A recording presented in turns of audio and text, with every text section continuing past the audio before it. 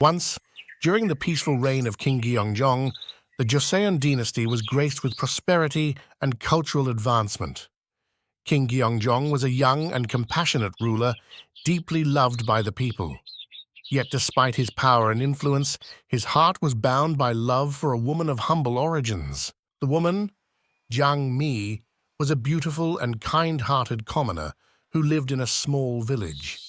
She worked as a flower vendor in the bustling market of Hanyang, the capital. Every morning, as the market began to fill with people, Gyeongjong would walk by the market disguised as a commoner. One day, he happened upon Jang Mi, selling flowers, and immediately felt a deep connection with her. They exchanged a brief conversation, and the moment their eyes met, Gyeongjong knew he had found the one he had long been searching for. The gentle and innocent nature of Jang Mi captivated him. He began visiting the market more often, trying to learn more about her. As weeks passed, their meetings became more frequent, and a love blossomed between them, though it remained a secret. Gyeongjong, however, was consumed by the thought of marrying her. He knew that such a marriage would be controversial, given her status as a commoner and the rigid social hierarchy of Joseon. But his heart yearned for her, and he believed love should not be constrained by birth. The Queen Dowager, his mother, however, had other plans. She had long been advocating for a marriage between Gyeongjong and a woman of noble birth, someone from a prominent family who could elevate the royal lineage. The Queen Dowager, an influential figure in the court, felt that the marriage of a commoner to a king would weaken the dynasty's standing among the elite. She saw in the commoner, Jang Mi, not only a threat to the royal bloodline, but a challenge to the traditional values of the kingdom. The Queen Dowager summoned the king to her chambers to discuss the matter. The conversation quickly turned heated.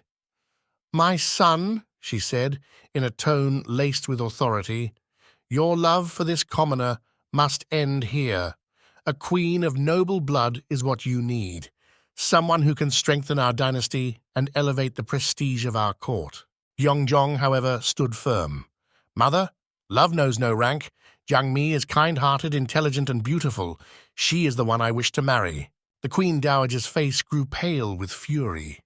She called upon the court elders, her loyal supporters, who sided with her. They argued that the king's decision to marry a commoner was not only a personal disgrace, but a political disaster. They warned him that such a marriage would create division within the court and alienate the noble families who had long supported the throne. In the Grand Court, the elders spoke passionately about the necessity of alliances with powerful families. One elder, Park Ju-hyun, declared, "The royal family must unite with the elite, not the commoners. We cannot risk losing the support of the nobility for the sake of a fleeting love." The Council of Elders voiced their disapproval, reinforcing the Queen Dowager's stance. The pressure mounted on Gyeongjong, but despite the threats, his love for Jang Mi only grew stronger.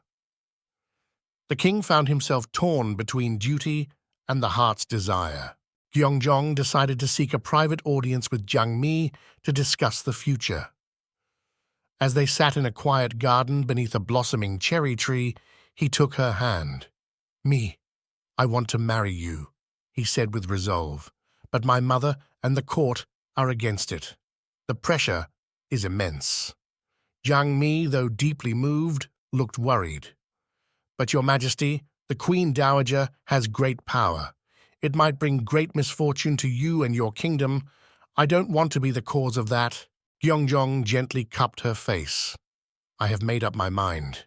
You are my heart, and I will not be swayed by the elders or the Queen Dowager. Love, true love, cannot be contained by titles or rank.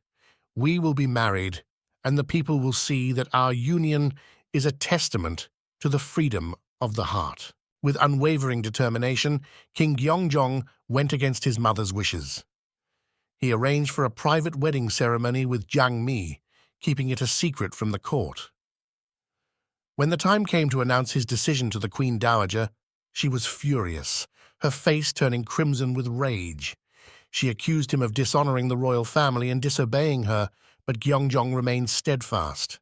The court elders were scandalized, and rumors spread like wildfire.